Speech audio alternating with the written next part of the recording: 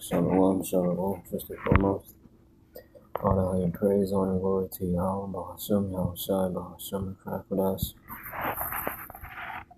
And honors to the elders, and honors to the apostles, preaching and teaching us this word of truth, with sincerity as always.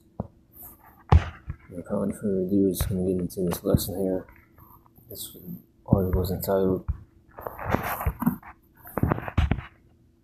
ABC News. It says NATO fighters scrambled in Poland as Russia bombards Ukraine.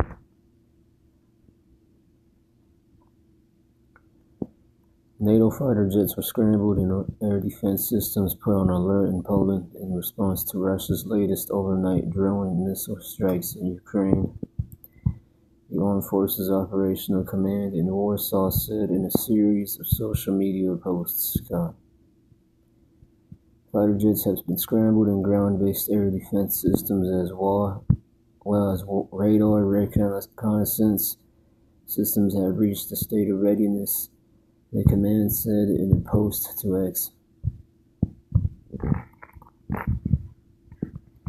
These actions are preventive nature and are aimed at securing the airspace and its protection, especially in areas adjacent to the threatened regions, it added.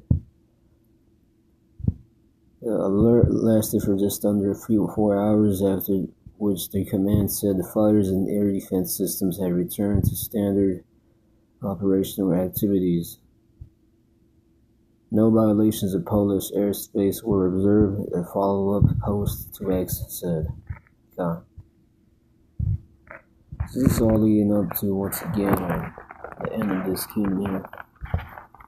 What's going to happen to take place.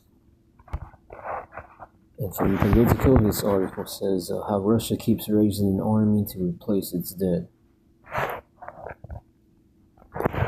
So going back to the last article.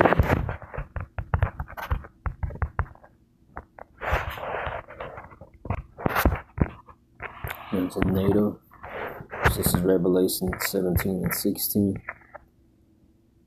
And the 10 horns which thou sawest upon the beast, that's NATO, these shall eat the whore, and shall make her desolate and naked, and shall eat her flesh and burn her with fire. And that's what's going to happen to NATO.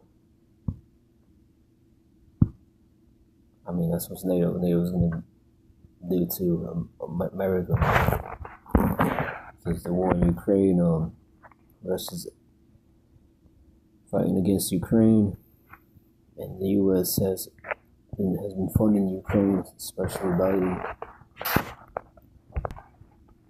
Says this in Google, is the U.S. still funding Ukraine against Russia? It says, yes, the U.S. is still providing significant funding and military aid to Ukraine against Russia, with massive amounts appropriated through 2024 and early 2025, though the pace and focus have evolved, and future support depends heavily on ongoing political negotiations and congressional approvals, with the U.S. Department of State and Government Accountability Office tracking billions in assistance for security, financial, and humanitarian needs.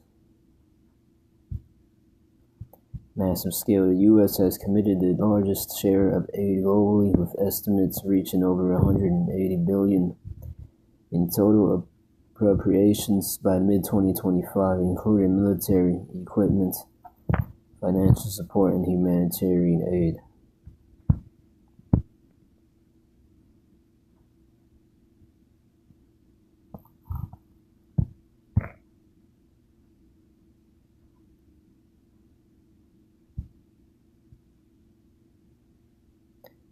It says political uncertainty. The long-term future of funding has faced challenges, especially with shifts in political consensus, but current and recent actions show continued support. So yeah, Russia's still, U.S. is still helping Ukraine.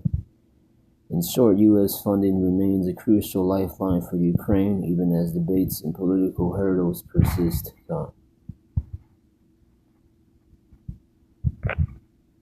This article was back in August, titled, this is how much Ukraine has received so far. So far, Ukraine has received more than 309 billion euros,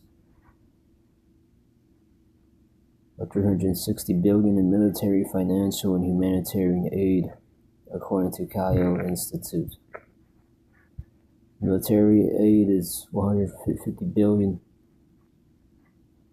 Using today's exchange rates, that says something there. Financial aid is 240 billion, and humanitarian is 20 billion.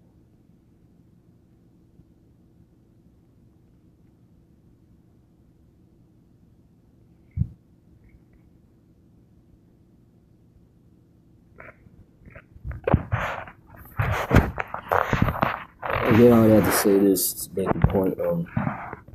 Here in Revelation 17 and 16, the Lord is going to put it in the spirit of the 10 horns, which is NATO, to make the whore, to hate the whore. Basically, the whore is America, and shall make her desolate and naked, and shall eat her flesh and burn her with fire.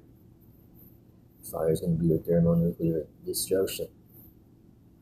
Once again, that's being commanded by the Lord to happen.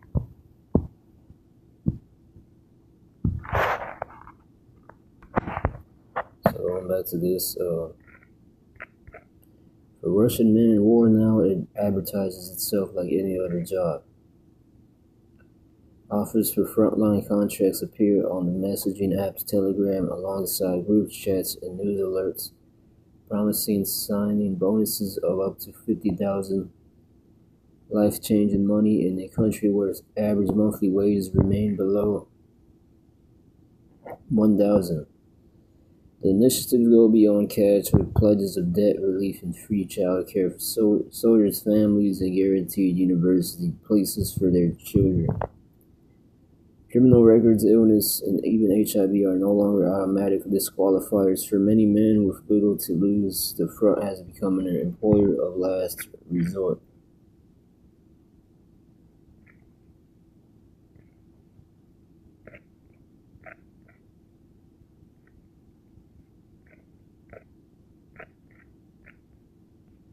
So here, when Russia invaded Ukraine in early 2022, Olga and her husband Alexander were running a small hiring operation in Moscow, placing construction workers, security guards, and couriers in civilian jobs.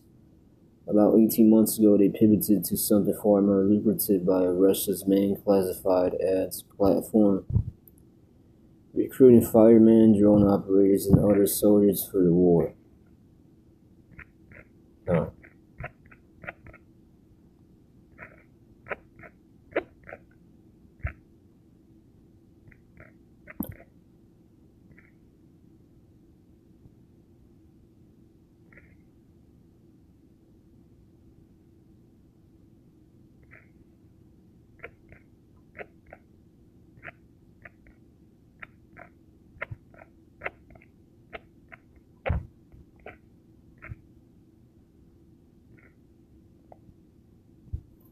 That's the point there. The title really was what got me. How Russia keeps raising an army to replace its dead.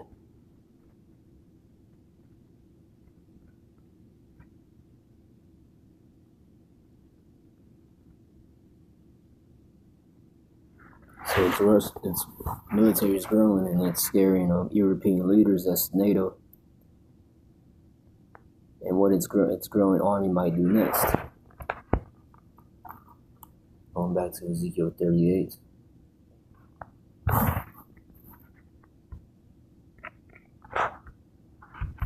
Ezekiel 38. Just going into Gog and Magog. I'm going to skip to verse 9. You and all your troops and the many nations with you will go up, advancing like a storm. You will be like a cloud covering the land. And the land they're going to cover here is going to be America. With its allies and the other wars that are going to be fought there in the Middle East with Israel and Iran, Taiwan and China too as well. says up in verse 7, get ready, be prepared, you and all the hordes gathered about you, and take command of them. That's what Russia's been doing, getting ready. 8, after many days you will be called to arms. In future years you will invade a land that has been recovered from war. That land there was Ukraine. And also going into the elect when Yahushua gathers them, his elect, whose people were gathered from many nations to the mountains of Israel, which have been long been desolate. They have been brought out from the nations, and now all of them live in safety.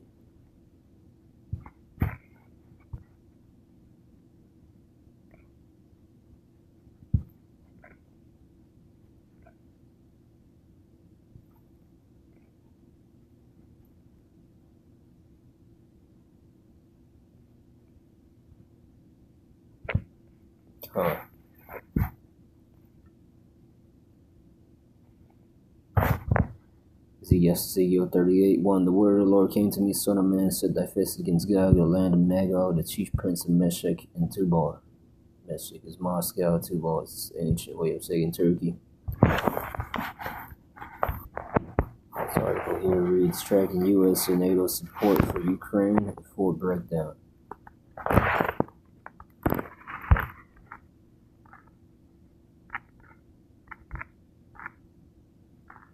With at least 41 countries have contributed to Ukraine's war efforts monetarily, either through military, humanitarian, or financial assistance, according to Kyle Institute for the World Economy, a German think tank.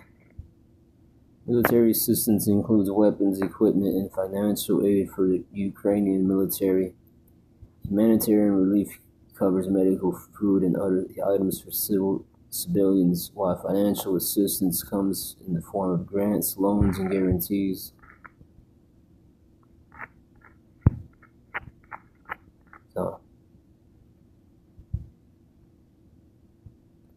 Non-NATO countries sending aid is Australia, Austria, China, Cyprus,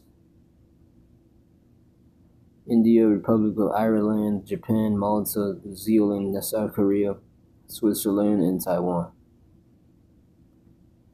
NATO countries sending aid, those are all NATO countries there. Spain, France, Denmark, Estonia. Canada is a NATO country.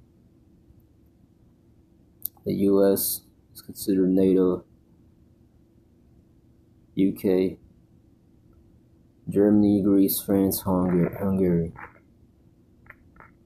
So I say all that. So this the point of this. All this is leading to Revelation 17 and 16 once again, where he was going to betray America. So yeah, I'm going to get on some news here from The Wire. This article says, the longest solar eclipse for 100 years is coming, don't miss it. Solar eclipse is going into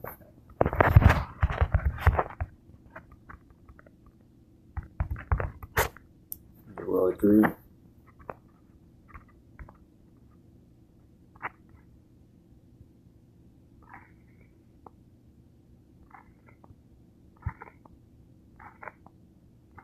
"16. The sun and the moon shall be darkened, so the sun shall be darkened, and the moon shall withdraw their shining.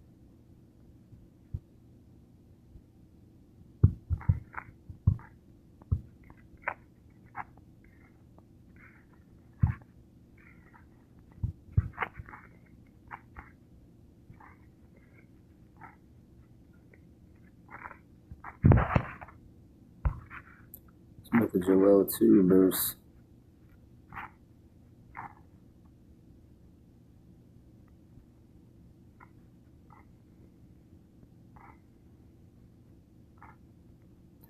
10. The earth shall quake before them. You have earthquakes. The heavens shall tremble. The heavens shall tremble as when the missiles hit America. Because America is going to be the most hit with missiles. It's going to make the earth tremble and vibrate, meaning shake. The sun and the moon shall be dark. The sun shall be dark. The lunar, solar eclipses, and the stars shall withdraw their shining. The stars shall withdraw their shining, meaning the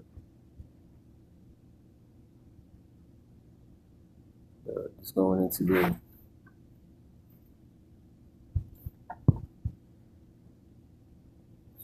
the terrible day that's going to come, basically, ultimately. When you go back up, it says, verse 1, verse 2 to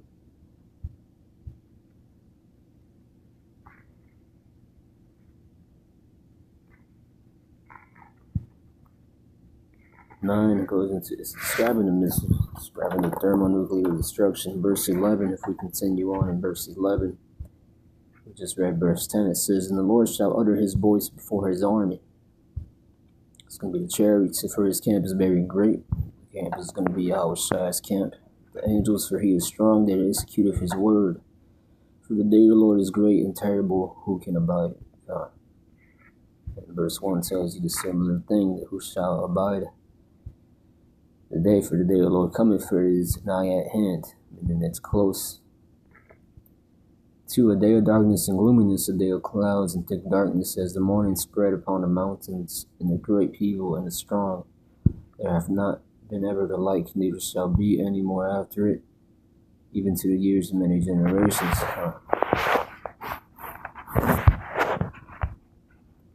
Going back to this, it says, NASA has announced when the longest total solar eclipse of the century will occur, and we won't have to wait long. Here's what you should know. The title is "The Longest Solar Eclipse for 100 Years is Coming." Don't miss it. It reads, "The duration of a total solar eclipse always varies. In April 2024, the eclipse that crossed North America lasted 4 minutes and 28 seconds. By contrast, the one that will reach Spain in August 2026 will only last 1 minute 43 seconds. In less than 2 years, both will be put to shame by the longest conjunction of the century." According to the NASA solar eclipse calendar, the longest solar eclipse in 100 years will occur on August 2nd, 2027. Its total phase will last 6 minutes 23 seconds. During that time, regions of Europe, North Africa, and the Middle East will be under the moon's shadow. Okay, so this eclipse that's coming, the one before that one is in 2026. The last one happened in 2024, I think they said, and the next one that will happen after next year will be in the year after. Early 2027 or mid 2027, occurring near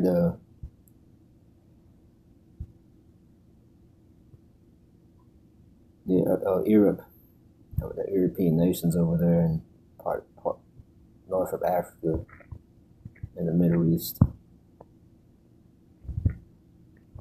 And so these are signs. That once again, it's a sign that we'll be here to see the next solar eclipse that's about to have come.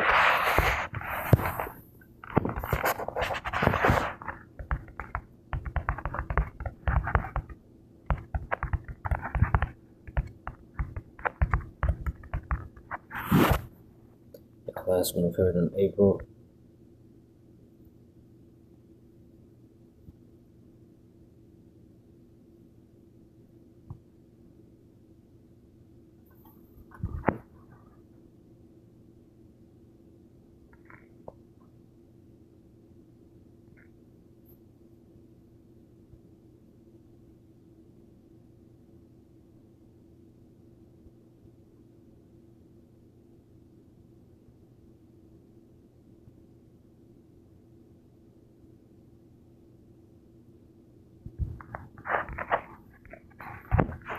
So that's a sign there from the Lord.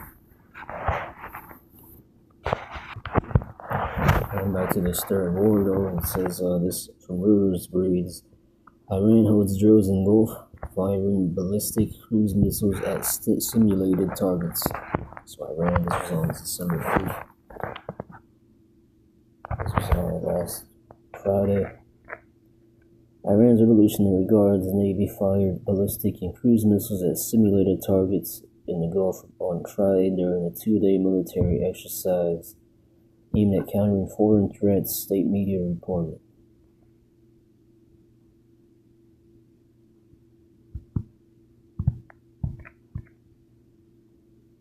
The ground and naval exercises follow a 12-day air war between Israel and Iran in June, during which the U.S. joined Israel in striking Iran's nuclear facilities. State media reported a massive launch of Qadar 110, Qadar 380, and Qadar 360 cruise missiles and 303 ballistic missiles at targets in the Gulf of Oman. Drones simultaneously struck simulated enemy bases, the report said.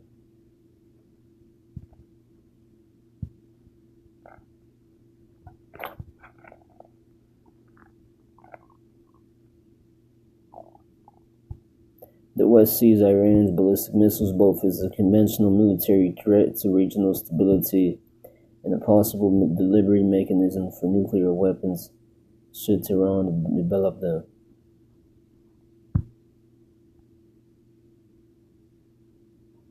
The land drills in the northwest were the latest in a series of SCO exercises aimed at enhancing coordination among member and partner states Saudi Arabia, Iraq, Oman, and Azerbaijan.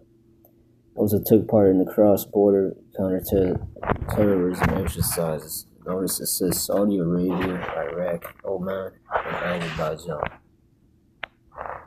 Now let me look this up.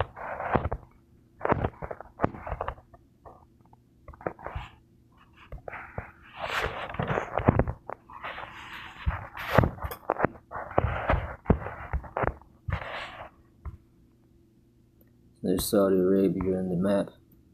Pull it up in the map.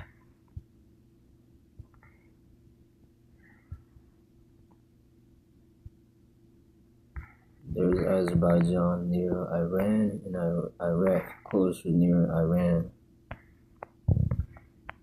So it's the spirit that they mentioned Saudi Arabia, Oman, I think it was Iraq, and Azerbaijan as well to join this military exercise with Iran.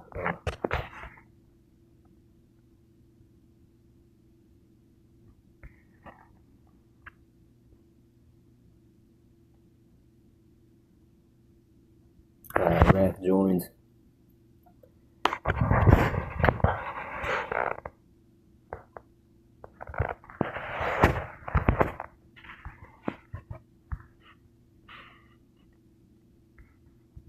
That's all part of the second Esdras 15.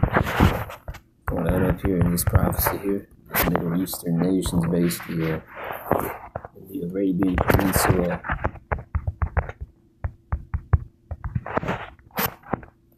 When you go into that, it's going into the Arabian Peninsula as all these Middle Eastern nations like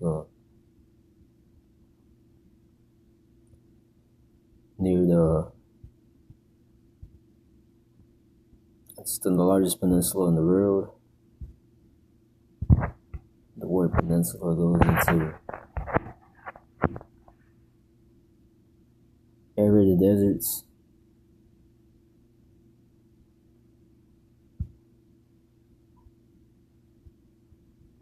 It's just like countries like Yemen, United Arab Emirates, UAE, Oman, Kuwait, Qatar, and Bahrain. Known for vast deserts, rich oil reserves, significant Islamic holy sites like the Mecca or Medina, and strategic trade routes with economies heavily reliant on oil and gas.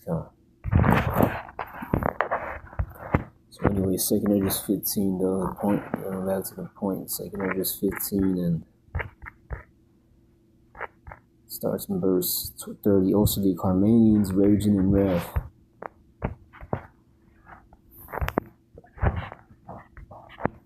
Going to the word Carmonian, goes into a fierce, warlike people from the Persian province of Carmania, Mardin, Kerman, Iran.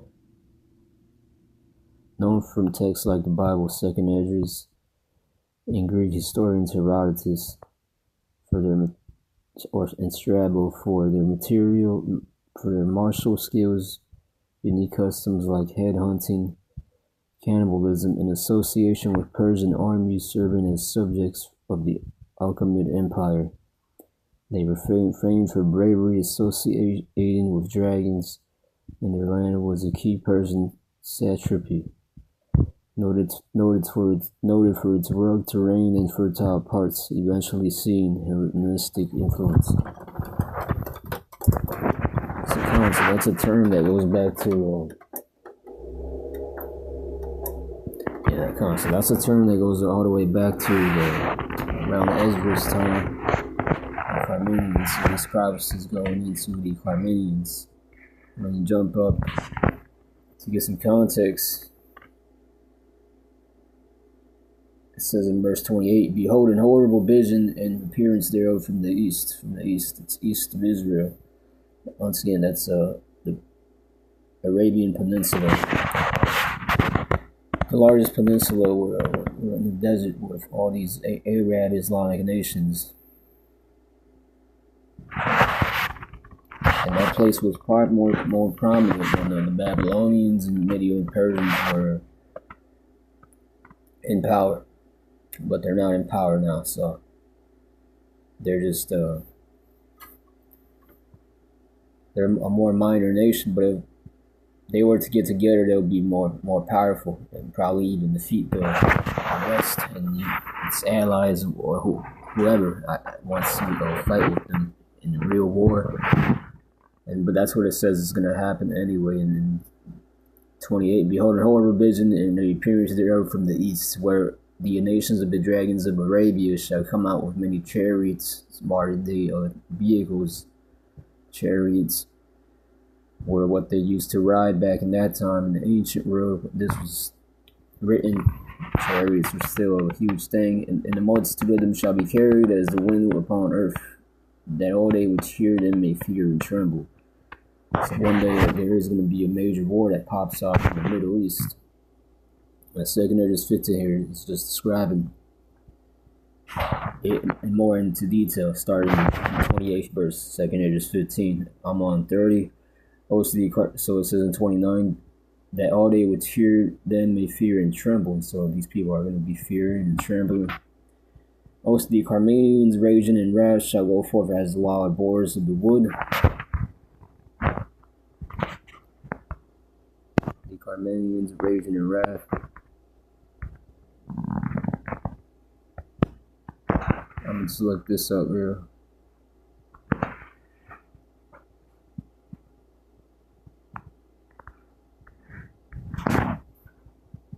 Boars here. This is a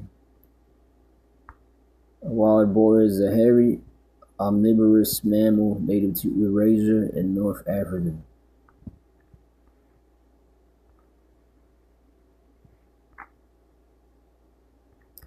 So these are like wild pigs, basically kind of look like pigs. Animals from the wild, basically.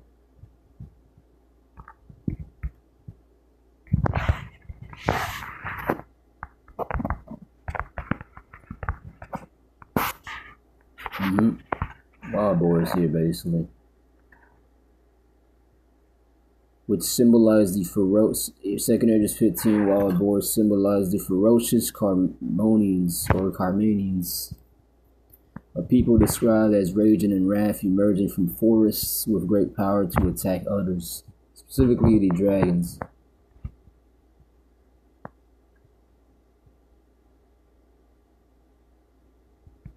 Often interpreted as Arabs or Assyrians. Devastating the land with their might and apocalyptic warfare imagery.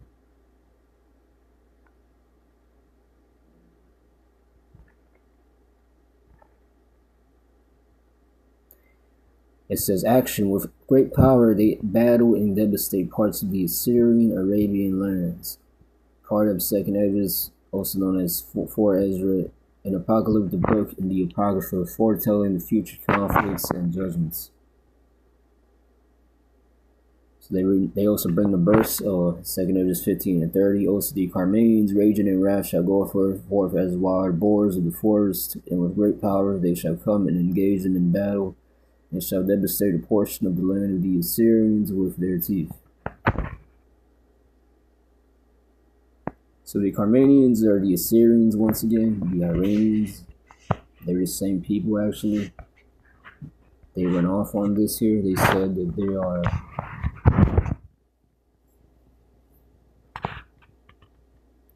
they say this even tell you it right there. The Carmonians were a fierce warlike people from the ancient Persian province of Carmania.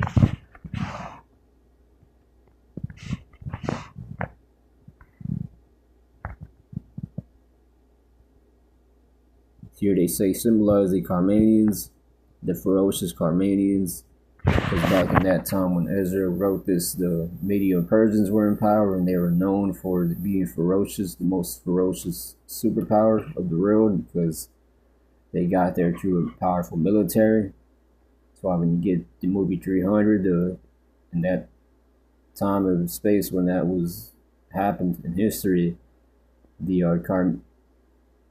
Carmonians, Iranians, modern day today called Iranians, used to be called Median Persians, were the ones in power, and no one could stop them in their way.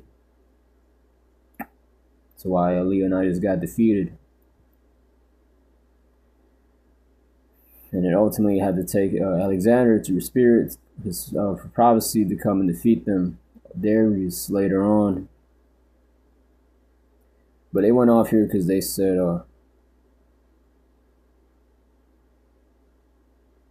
with great power to attack others, specifically the dragons. And then they say again, the Arabs, Assyrians. Same people. How are they going to attack their own self? That's not what that's going into. So,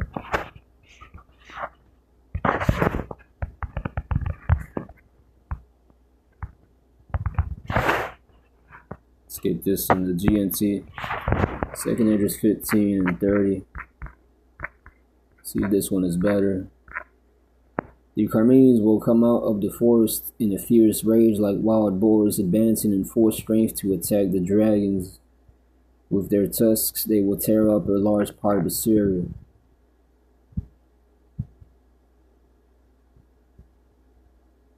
But the dragons will unite their forces. So it says the dragons there is going to unite their forces, though. So at one point they might just fight each other.